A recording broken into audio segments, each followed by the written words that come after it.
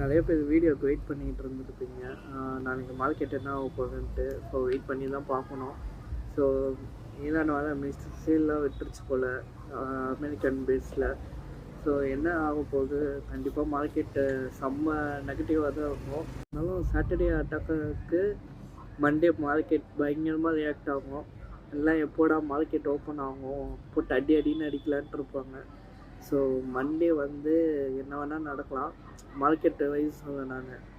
So இன்னும் கொஞ்சம் பொறுமையாக வெயிட் பண்ணி பார்ப்போம் என்னெல்லாம் நடக்குது அப்படின்ட்டு. ஸோ என்ன தான் இருந்தாலும் பொசிஷன் சைஸிங்கை வந்து கரெக்டாக யூட்டிலைஸ் பண்ணுங்கள்.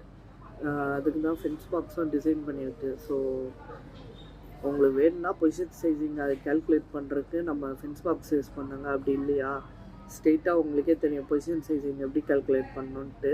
தெரியலன்னா நான் ஃபார்முலா இந்த வீடியோவில் அட்டாச் பண்ணுறேன். ஸோ பொசிஷன் சைஸிங் பண்ணி ட்ரேட் எடுங்க. ஈவன் தோ நியூஸ் வந்து நெகட்டிவாக இருக்கலாம், பாசிட்டிவாக இருக்கலாம், என்ன வேணால் ஆகலாம். நீங்கள் எடுத்த என்ட்ரியோட இது வந்து சஸ்டெயின் ஆகணும்னா, மார்க்கெட்டில் வந்து ஸ்டேபிளாக இருக்கணும், சர்வே ஆகணுன்னாலே நம்ம பொசிஷன் சைஸிங் ரிஸ்க் மேனேஜ்மெண்ட்லாம் இதுக்குள்ளே செம்ம இம்பார்ட்டண்ட்டான விஷயமே அதுதான். ஸோ அந்த ரூலில் பிரேக் பண்ணாமல் நாளைக்கு என்ட்ரி எடுக்கிறதுனா எடுங்க. ஸோ என்ன ஒரு ரெக்கமெண்டேஷனும் இல்லை, மார்க்கெட் மேலே போகணும் கீழே போகணும்லாம் நான் சொல்ல கிடையாது. நீங்கள் ஏதோ ஒரு என்ட்ரி நீங்கள் எடுத்தாலுமே சரி, உங்கள் என்ட்ரி தப்பாக இருந்தாலும் நீங்கள் மார்க்கெட்டில் சஸ்டெயின் ஆகணும். அதுக்கு தான் பொசிஷன் சைஸிங் அவ்வளோ இம்பார்ட்டண்ட்டான ஒரு விஷயம். ஸோ நாளைக்கு ட்ரேட் பண்ணும்போது யோசித்து ட்ரேட் பண்ணுங்கள். பாய்.